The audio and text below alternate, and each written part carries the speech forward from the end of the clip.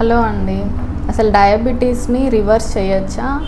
Diabetic reversal అంటే ఏంటో ఈ వీడియోలో తెలుసుకుందాం. డయాబెటిక్ రివర్సల్ అంటే అసలు ఏ మందులు వాడకుండా హై రేంజ్లో ఉన్న షుగర్ని నార్మల్ రేంజ్లో కంట్రోల్ చేసేదాన్ని డయాబెటిక్ రివర్సల్ అంటారు. అసలు ఇది ఎవరిలో పాసిబుల్ అంటే ఎర్లీ స్టేజెస్ ఆఫ్ టైప్ 2 డయాబెటీస్లో పాసిబుల్ అండి. టైప్ 1 డయాబెటీస్లో పాసిబుల్ కాదు. అండ్ ఇది డైరెక్ట్గా మనమే చేయొచ్చా అంటే అలా కాదండి. ఇది ప్రొఫెషనల్స్ అడ్వైజ్లో, న్యూట్రిషనిస్ట్ అడ్వైజ్లో చేయాలి డయాబెటిక్ రివర్సల్ అనేది. అసలు ఇది ఎలా చేయాలి అంటే దానికి 4 టిప్స్ ఉన్నాయండి. ఫస్ట్ది వచ్చేసి వెయిట్ రిడక్షన్ చేయాలి. అంటే మన బాడీలో 10 to 15% వెయిట్ అనేది తగ్గగలిగితే డయాబెటిక్ని రివర్స్ చేయొచ్చు. అంటే ఫర్ ఎగ్జాంపుల్ ఒక పేషెంట్ 90 kgs ఉంటే 10% అంటే 9 kgs తగ్గగలగాలి. అండ్ సెకండ్ టిప్ వచ్చేసి రెగ్యులర్ ఎక్సర్సైజ్ ఉండాలి. Exercise weekly 5 times compulsory exercise ఉండాలి. అంటే బ్రిస్క్ వాకింగ్ కానీ 30 minutes లేదా 10,000 steps a day కానీ చేయాలి. అలాగే మజిల్ బిల్డప్ చేసుకోవాలి.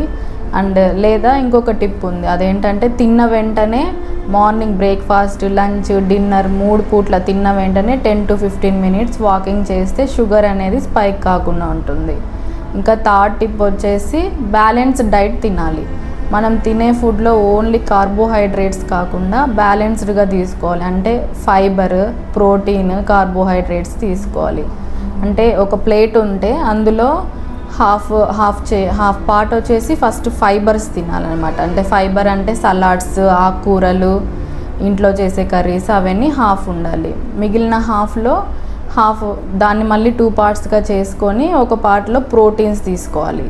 థర్డ్ పార్ట్ వచ్చేసి కార్బోహైడ్రేట్స్ తీసుకోవాలి. కార్బోహైడ్రేట్స్లో కూడా సింపుల్ కార్బోహైడ్రేట్స్ కాకుండా కాంప్లెక్స్ కార్బోహైడ్రేట్స్ తినాలి. దానివల్ల మనకి డైజెషన్ అనేది స్లో అయిపోయి ఇన్సులిన్ అనేది స్పైక్ కాకుండా ఉంటుంది.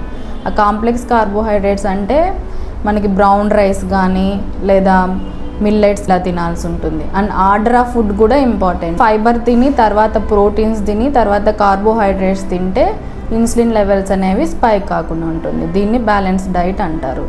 ఇంకా 4th టిప్ వచ్చేసి స్ట్రెస్ అనేది తగ్గించుకోవాలి. ప్రాపర్ స్లీప్ ఉండాలి.